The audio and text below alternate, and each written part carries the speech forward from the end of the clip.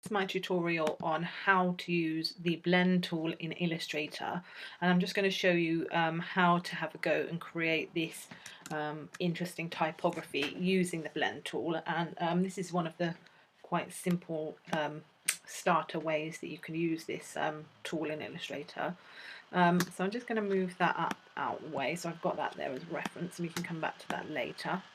The first thing that I'm going to show you very quickly is the basics of the blend tool, how it works, what you might use it for. So the first thing that I'm going to do is just explain to you that it's better in this case to work on a black background. So what I've done is I've created a black rectangle, and then I've locked that by going to Object, Lock, and that now isn't going to move, it's there permanently, and that's going to be my artboard where I'm going to work to create this. So just in case you're wondering how I've made that background. The first thing that I want you to do then is select your ellipse tool, and we're just going to make a circle.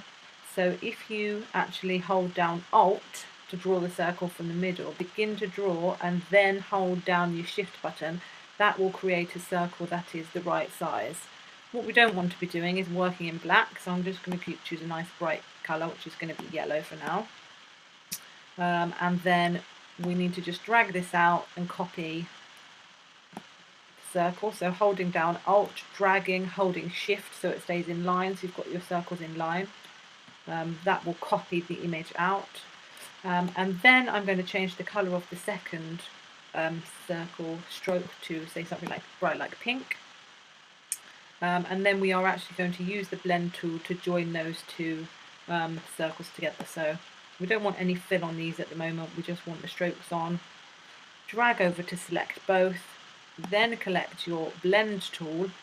What is important at this moment is that when you're using the blend tool, you're thinking about where you're actually clicking. So you can see I've collected that tool, I'm clicking in the middle here, and I'm going down to the bottom one and I'm clicking in the middle there, and what that will do is it will provide the blended steps between the two. Now we want to edit this because this isn't how we want it to look, so if you double click your blend tool, it will give you the options, and the options will come up.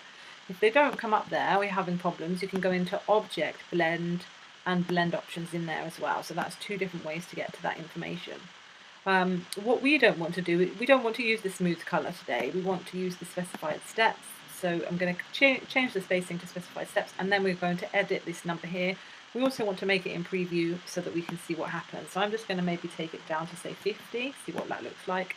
And you can see then automatically that we're beginning to get that sort of slinky type, spirography type effect where you can see between the individual lines. Now, if you wanted to, you could actually expand this whole thing so that you've got all the individual circles to play with. At this stage, we're not going to bother doing that because that basically is going to make it a little bit difficult, because you then got all these individual circles and that might be too difficult for you to deal with. You can also work with the different orientations, but at this stage that isn't going to make any difference.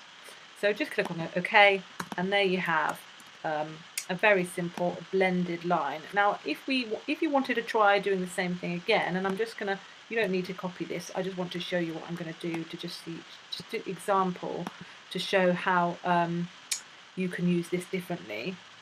We're going to just release that and try again. I'm going to get rid of that line in the middle. And just to show you that if I chose the different points on the circle, it would give a different effect.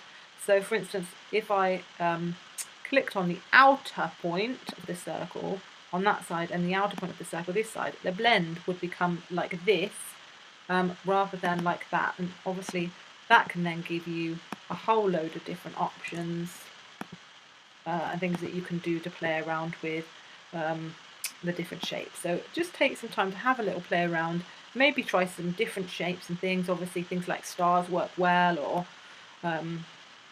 polygons and things like that can work really well. So have a little go maybe after you've done this tutorial, playing around with different shapes as well, because you can get some really interesting effects.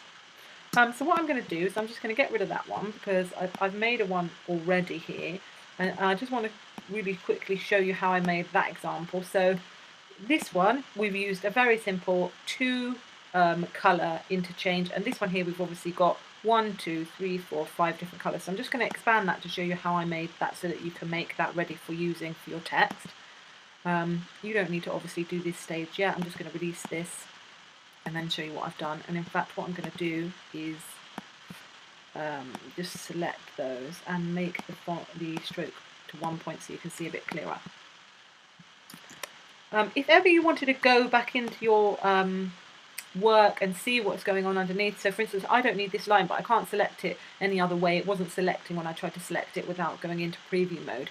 This is actually preview mode. The way that you get into preview mode from the shortcut is if you press Command and Y, it will turn the image into preview, or you can see up in view, and then you can go into overprint preview and pixel preview in there.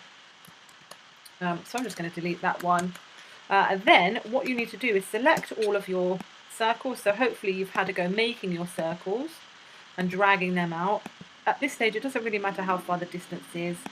It's just a case of adding in the colours. So if you want to copy mine, you want to choose exactly the same colours. So the bright pinks, the purple, the blue, the limey green, and then the yellow. So if you make your circles those colours, select them all, click to your blend tool, and then we are going to do a link between each one, stopping on each point before we move forward.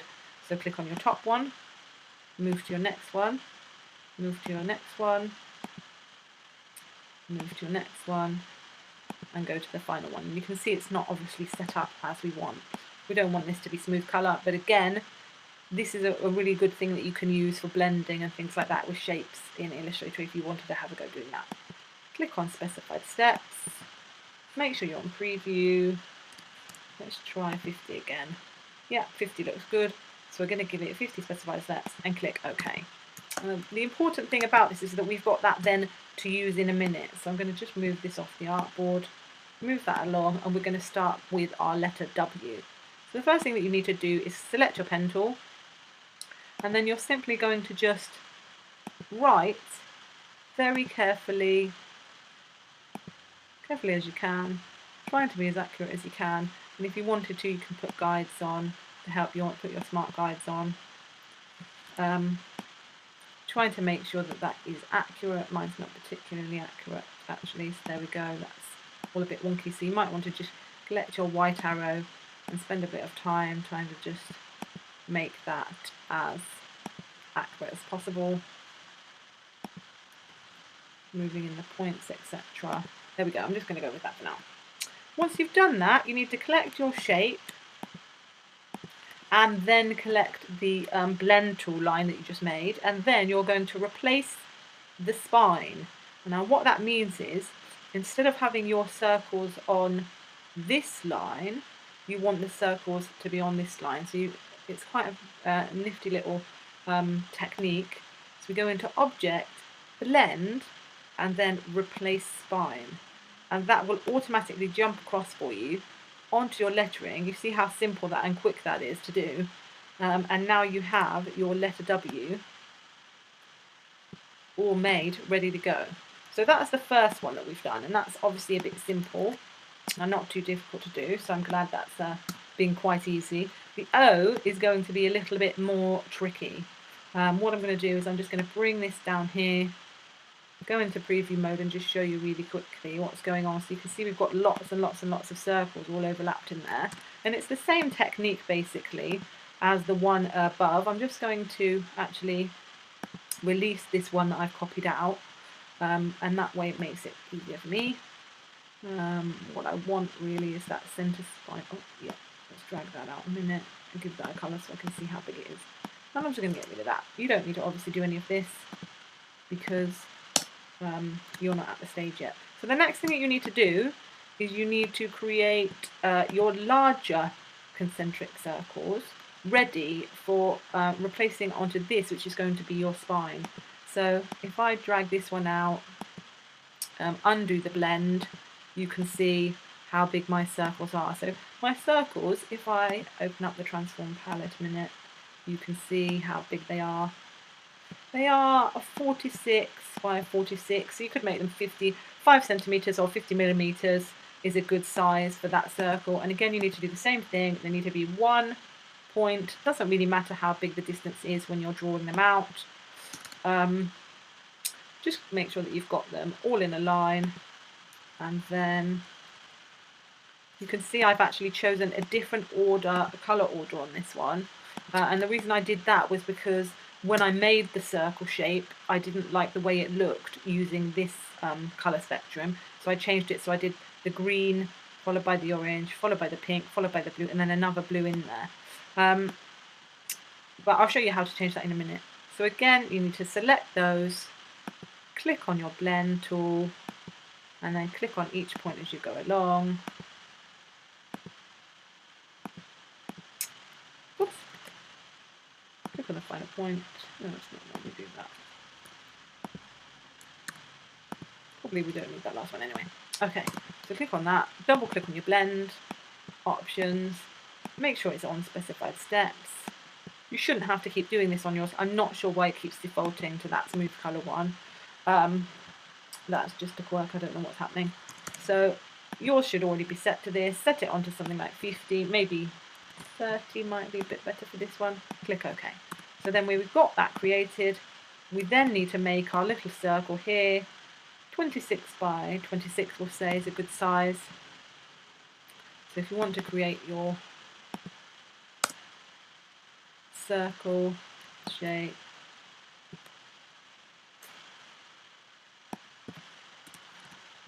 go into your path through transform palette, or you could have just set that up to make your circle that size, and then get rid of that one because I don't want to use that one for now. Then I'm going to replace the spine using this one onto here. So object, blend, replace spine. And what you can see on this one is that the circle is not complete. Now, I haven't found a way in order to make the circle go all the way around. It never will. So I found another way to get around that problem so that the circle becomes a complete circle. And it's going to involve going into preview mode. And this is where it gets a little bit tricky. And it's also going to involve using the pen tool. So you want to zoom in, go into preview mode, and you'll see if you click on this one here, that middle circle, that is the one that you want to edit now, to add in some points. So what you can do with this, which is really helpful, is you can add in points to your shape and it will add extra circles in. So if we add points here all the way along this side in even spacings, it will actually add new points in on our actual version. And if you're happy to go back, you can see as you go, you are actually adding in. It's easier to do it in the preview mode. Points. And then when you come out, you can see that actually you have got a circle, a whole circle shape. Now, what I didn't like about this circle when I made it originally was this kind of odd shape here. I wanted it to be a kind of different colour. I preferred these colours, so I did have to edit the colours a bit on each of the individual larger circles. First of all, I'm just going to edit the blending steps because there's too many there, obviously. Let's try 20. Yeah, maybe 18. That looks a bit better. And then just double check that your stroke is on 1 point. And then what you can do, in fact I might even take that down just a little bit more, maybe to 15. Okay, then what you can do is you can actually go back in with your white arrow, and if you've got your smart guides on, you can actually see where the edges are of the actual paths, and you can click on them and try changing the colours. So I'm going to click on that pink one and possibly change it to, let's try blue, or no, green. I'm going to try and find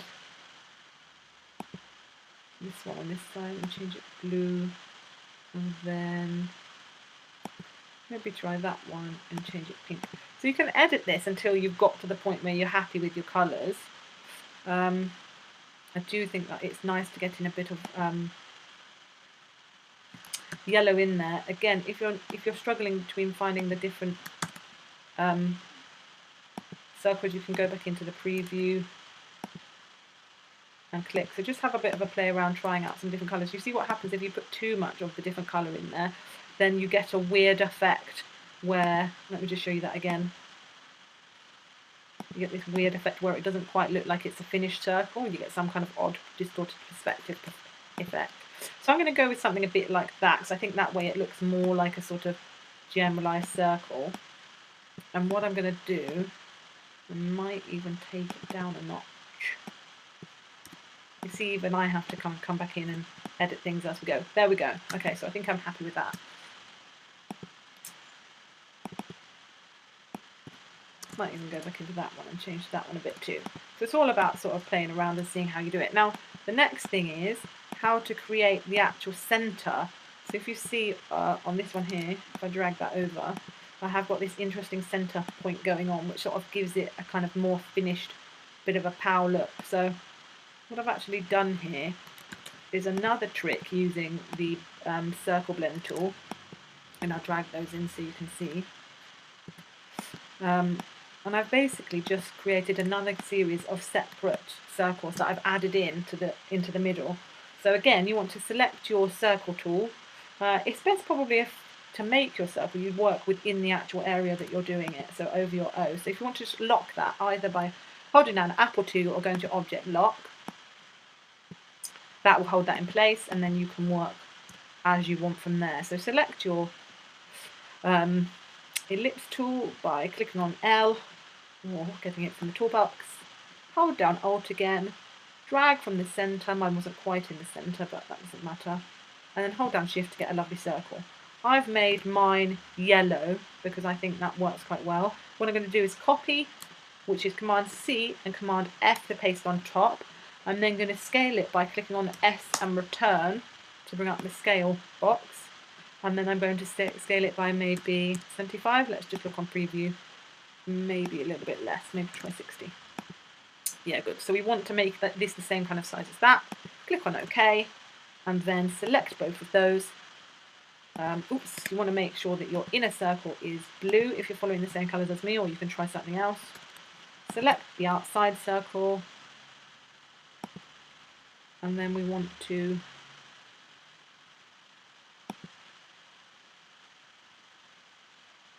add in the steps between the two. So if we click on the middle one and then click on the outside, that will then let us create the blend between the two. Again, I don't know why mine isn't going specifically to the specified steps, but that's fine. We can just edit that now. And then you don't want too many circles here because you want to get this interesting sort of effect. So I've done 15. You could try something less, like 10 steps. If you don't want it too dark, but I think maybe 15 looks quite good because it gives you that nice pop of colour. So click on OK, and that's done.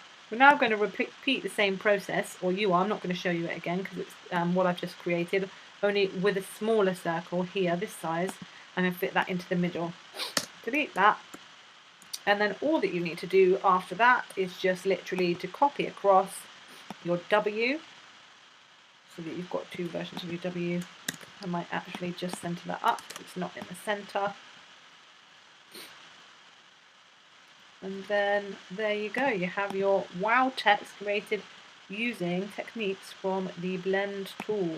Don't forget that you can actually go back in and edit the colours if you wanted to change the colour from this side so that it was opposites. Don't forget that you can come back to this, and if you wanted to add some more steps in to make it a bit darker, you can. I think I might do. And there you have your finished result, which I think is actually quite quirky and quite a lot of fun to make. Hope you've enjoyed it, and if you have, then you might share the link to my tutorial with other people. Thank you very much.